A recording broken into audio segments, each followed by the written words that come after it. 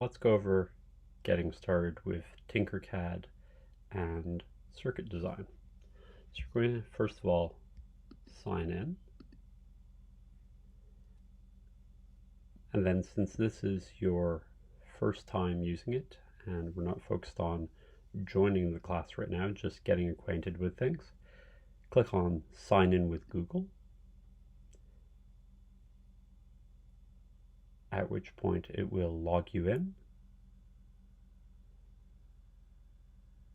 And then we're going to be able to go over so once you're logged in, when you click on getting started with TinkerCAD simulation, again, it will then bring you to the gallery of getting started. So everyone has to go through these 4 tutorials. And you should, well, I've already done it, but you would be at the beginning if you haven't already started. Read over all the details and follow each of the steps. So this says, click the Start Simulation button. Instructions.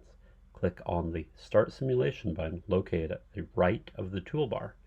So that's over here. So when we click, the simulator starts being active.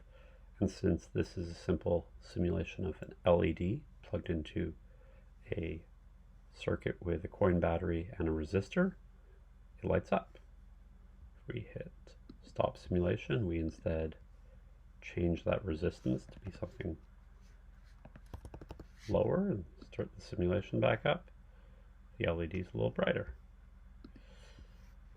Then we can click next. There's a congratulations message about how we simulate our first circuit. Use the simulator to test your circuit design at any time. If you want to simulate other pre-made designs, check out the starter circuits, which you can find by clicking the plus button. The plus components. So that's over here. So you've completed one of the activities, you hit done. It'll tell you you've completed the lesson and continue on to the next one. Now, again, because I've already gone through editing components, it skips me a step 4. If you need to restart, just go either to 1, or if you're at the last one you want to restart, you can always click on reset. And the whole progress will be restarted. There we go. Now, once you have completed all 4 of the activities, then you will need to go to the TinkerCAD homepage, well, your dashboard that is,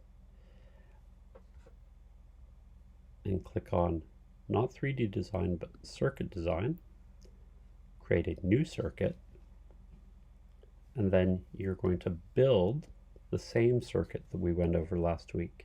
That is the push button circuit. So you're going to need all the same things. So let's get an Arduino in there. We can grab the Arduino and breadboard that are pre-set up. Okay, let's try that again. Drag it over. There we are. And then you're going to need to have your push button. You're going to need to have a resistor. Now, a question that has come up from time to time is, will this work? So please refer back to this week's tutorial about how breadboards work. And there's a very simple reason that this will not work, and that is that every single number that is on one side here is connected. And the same thing goes for every single pin in this number is connected. Same thing goes for this entire row or column, depending upon which view you have for your breadboard, and the same for this. So if we were to, for example, rotate this, and I'm just going to retidy this whole thing up. So, as I was saying, everything on this side, that's A, B, C, D, E. Each of the rows on that side are all connected, and each of the rows on the F, G, H, I, J are all connected. So when you have a situation where you have this component here connecting in one terminal that's in the same row as another terminal, you're going to be shorting that terminal. So the simple thing to do for here is to use this over here and rotate, at which point this resistor is in the same terminal as that pin for the button, and it's also in this one. So you'd be able to connect over to the ground as per last week. And then for good measure, I would make that black. I'll let you progress from there as we did in the last lesson. And also, once you're all done, I'm going to have you click over on share, get acquainted with the share so that you can collaborate with other people, and then click invite, and then share it with me.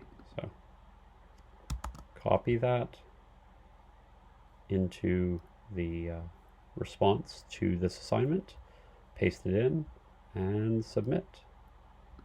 So that's that. Have a great weekend.